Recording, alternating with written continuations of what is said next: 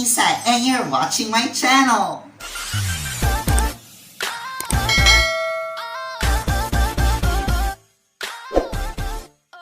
Bago ang lahat, kung bago ka lang sa channel na to, don't forget to give me a thumbs up, subscribe to this channel, and click the notification down below para updated ka naman sa mga nagaganap sa buhay mo. At today, napagdesisyonan ko maging si Yes, I do the cooking, Yes, I do the So, I decided to create a pop art look. Tulad ng usual kong ginagawa, first time ko lang itong gagawin dito sa channel na to. Actually, first time ko lang talaga siyang gagawin at samahan niyo akong pag-aralan kung paano ito gawin. First off, mag-moisturize ka na at ako'y tapos na mag-moisturize. And get your brown eyeliner. Any pencil eyeliner will do.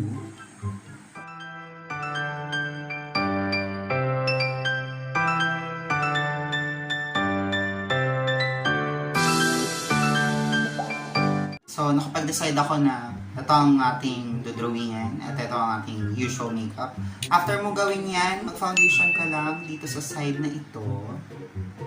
Cover the blemishes para sabihin nilang tunay ang kakinisan mo at hindi ka isang panggap na tao.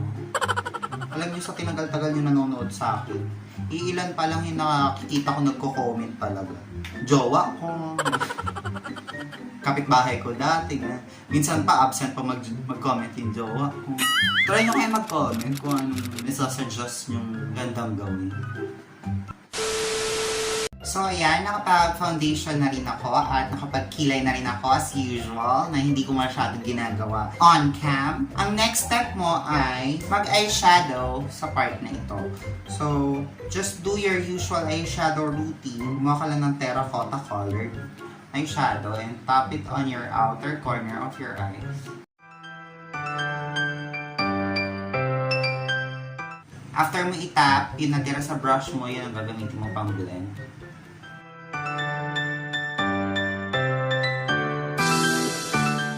So, after mo may lagay yan at na-blend out mo na maayos, get a concealer and do your cut crease. Pero half cut crease lang tayo, hindi tayo mabubuong cut crease, no?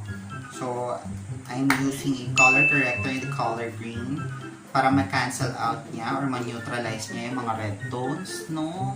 Ginamit natin color.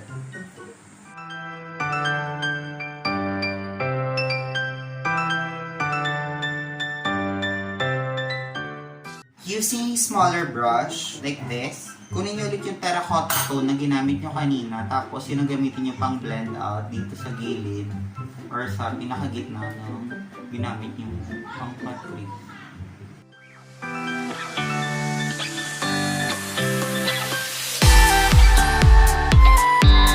After mo may blend out ng very light yan, get another brush, kumuha ka ng gold tone para ipang-highlight dito.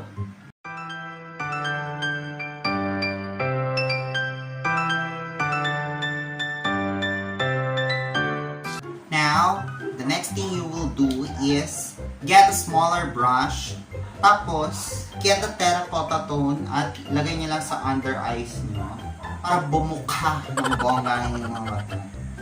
Kailangan yung kitang-kita niyo kung paano kayo nilaktawan ng barangay sa pagpapalista. Ganon.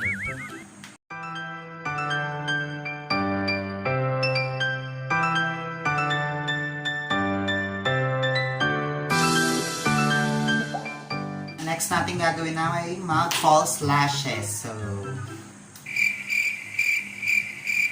lashes lang ako. Ang ina, ano ba yun? Parang tulala ako. So, lashes lang ako. A few moments later. So, ayan, nakapag-false lashes na ako. Ang next step mo ay mag-contour na. So, contour, blush, and then highlight. Dito lang sa part na to, and then we'll move forward. So, siguro, I'll just do the magic trick at gagawin ko na yun. A few moments later. And now, moving on sa kabilang side ng ating pagmumukha. Ang next step natin ay mag-face paint. Siyempre, kailangan gumet ka ng face paint na kasing puti ng iyong hangarin sa kapwa. Kung wala kang ganun kaputi, magpanggap ka na lang. Total, sanay ka naman magmalinis.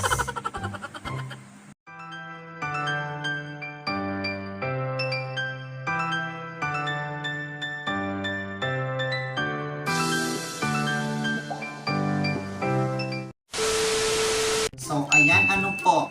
Nakapag face paint na ako, nakapagkilay ako. At kung mapapansin niyo, nilagyan ko yung brow bone ko ng paganyan. At medyo mas makapal yung brow bone ko dito para may effect. So, using your brush, get a brown shade of eyeshadow and put this on the corner of the chenny lid.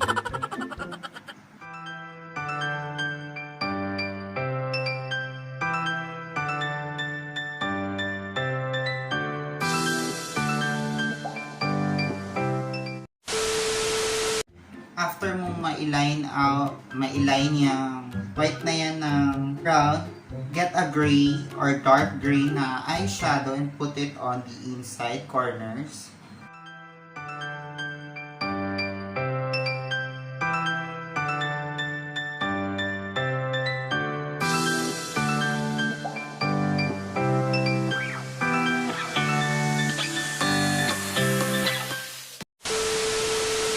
So, ayan, nagawa mo na. Using the same black eyeshadow, maglagay ka ng eyeshadow sa iyong under eye.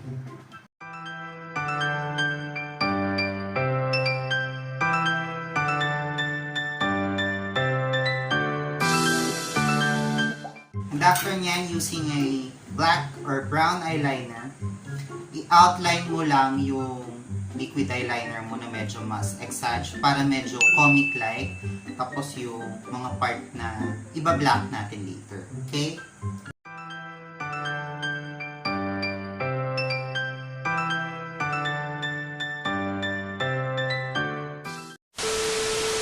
So, ayan, no? I-outline mo lang yan ng liquid eyeliner or ng black paint, which is hindi ko kayang gawin sa harap ng camera dahil medyo pino siya. Saka, basta yan lang yung pattern mo. Iba-black mo lang lahat yan. So, I'll be back.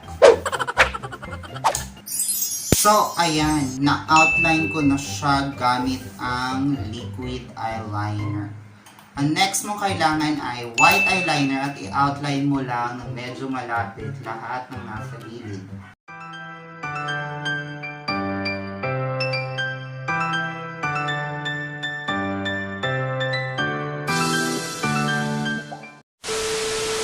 After mong mag-drawing ng white line sa buong paligid, patungan mo lang yung mga medyo corners ng brown eyeliner.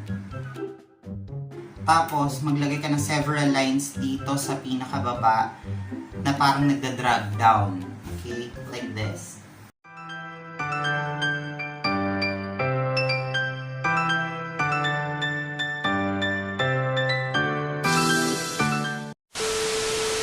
After mo may drawing yan using a brown eyeliner, get a small brush and a brown eyeshadow, tapos gumawa ka lang ng shadow sa lower part ng mga dinrawing mo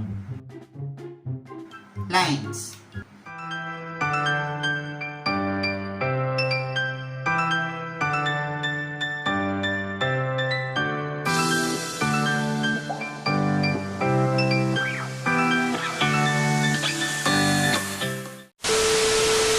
After mong malagyan ng shadow, mga pagitan, lalagyan mo lang ulit ng white eyeliner. A few moments later. After mo mailagay ang white eyeliner, yung mga part na nilagyan mo ng dark brown kanina, lalagyan mo lang ng very maninipis na black eyeliner. So, I'll just do some details and I'll get back to you to show you the final and finished product. Okay? In 3, 2, 1, rest.